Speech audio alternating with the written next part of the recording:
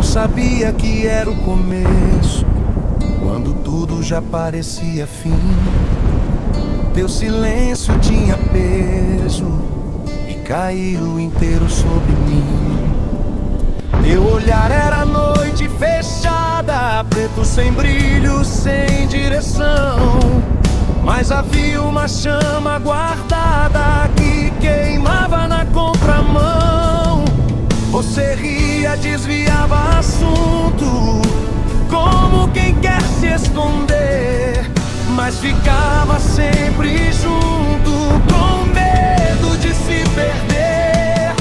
Ecos do olhar não mentem, gritam mesmo sem som. São verdades que a gente sente, mas finge que é ilusão. Se for pra fugir, eu entendo, mas não apaga o que aconteceu. Porque o que nasce por dentro não morre só, porque doeu.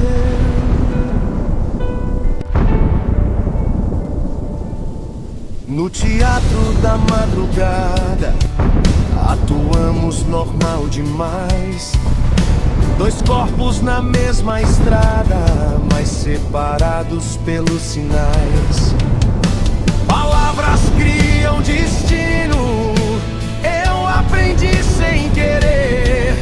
O que a boca chama de acaso, o coração insiste em viver.